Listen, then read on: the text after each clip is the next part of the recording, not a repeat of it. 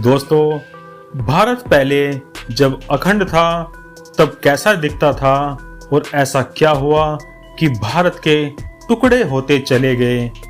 आज की वीडियो में हम वर्तमान भारत और अखंड भारत की तुलना करेंगे और जानेंगे कि अखंड भारत कैसा था और कैसा दिखता था।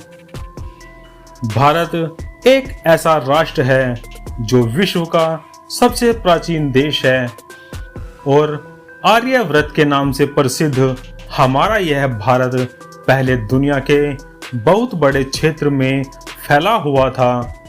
उसके बाद विदेशी आक्रमण का दौर शुरू हुआ और अखंड भारत कई टुकड़ों में विभाजित होता चला गया।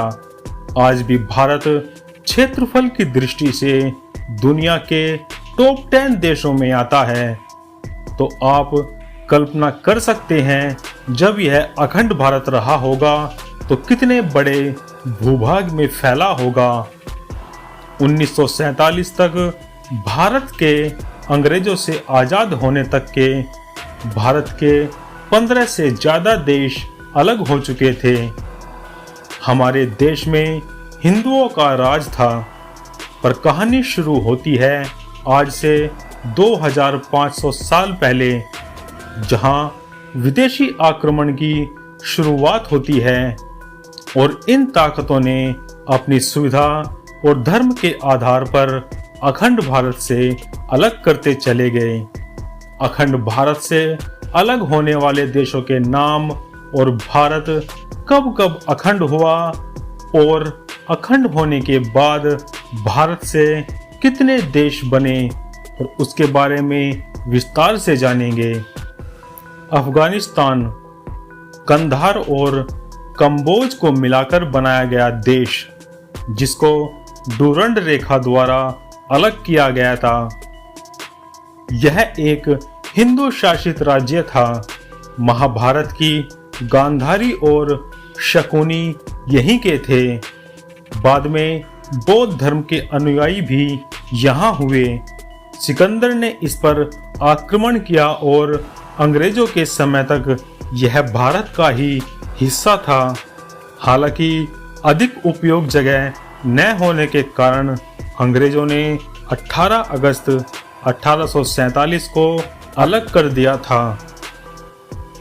नेपाल, सीता माँ का जन्म स्थान और गौतम बुद्ध का जन्म स्थल नेपाल ही है। यह भारतीय संस्कृति की धरोहर के रूप में जाना जाता है।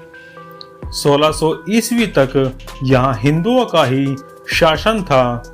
1923 में अंग्रेजों ने इसको भारत से अलग कर दिया और यह मात्र हिंदू राष्ट्र था। हालांकि 2008 के बाद यह धर्मनिरपेक्ष राज्य बन गया। भूटान, वैदिक और बौद्ध धर्म का प्रमुख क्षेत्र भूटान था। 1906 में अंग्रेजों ने भूटान को अपने आधिपत्य में ले लिया था और 1949 में भारत ने भी भूटान को सभी जमीन लौटा दी थी और इसकी सैन्य जिम्मेदारी अपने जिम्मे ले ली थी। आज भी इस देश की सुरक्षा भारत करता है। तिब्बत हिंदू संस्कृति का केंद्र हुआ करता था। बाद में बौद्ध धर्म का केंद्र बना। वर्तमान में इस पर चीन का कब्जा है। ईरान, जिसको पहले आर्यन नाम से जानते थे, वहां भारत के आर्यों का राज था। 7वीं शताब्दी में ईरान पर अरब देशों ने कब्जा कर लिया और धर्म परिवर्तन करा दिया। आज ईरान एक मुस्लिम देश है।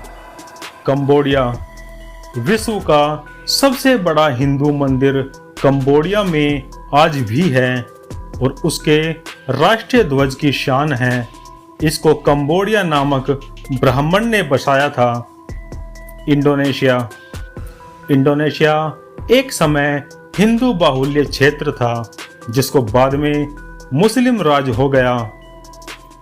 आज यह सबसे बड़ा मुस्लिम आबादी वाला देश है।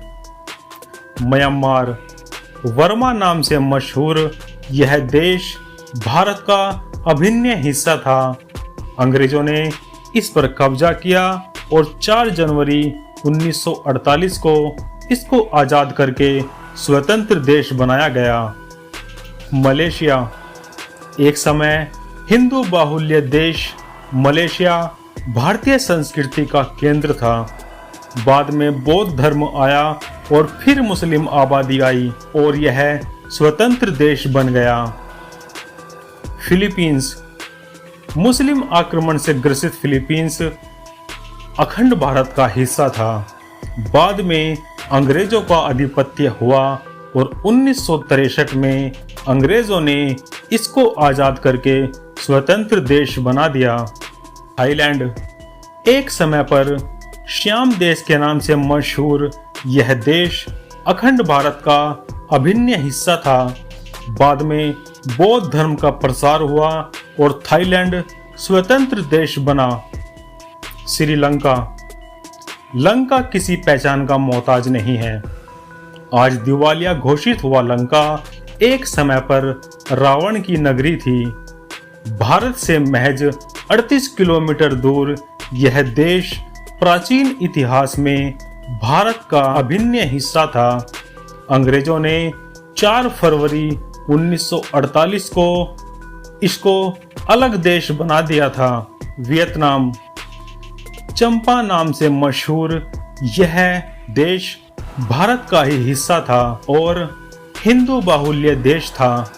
बाद में बौद्ध धर्म आया और फिर फ्रांस का इस पर कब्जा हुआ। फ्रांस से आजाद होकर यह अलग देश बन गया।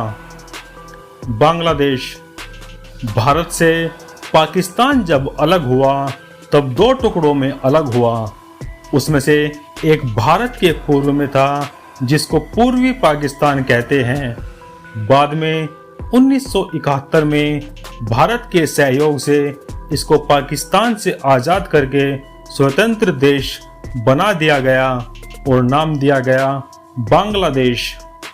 पाकिस्तान दुनिया का सबसे छोटे देश के नाम से मशहूर पाकिस्तान भारत के शैतान बेटे के रूप में जाना जाता है, जो दुनिया में आज आतंकवादी राष्ट्र के रूप में भी प्रसिद्ध है।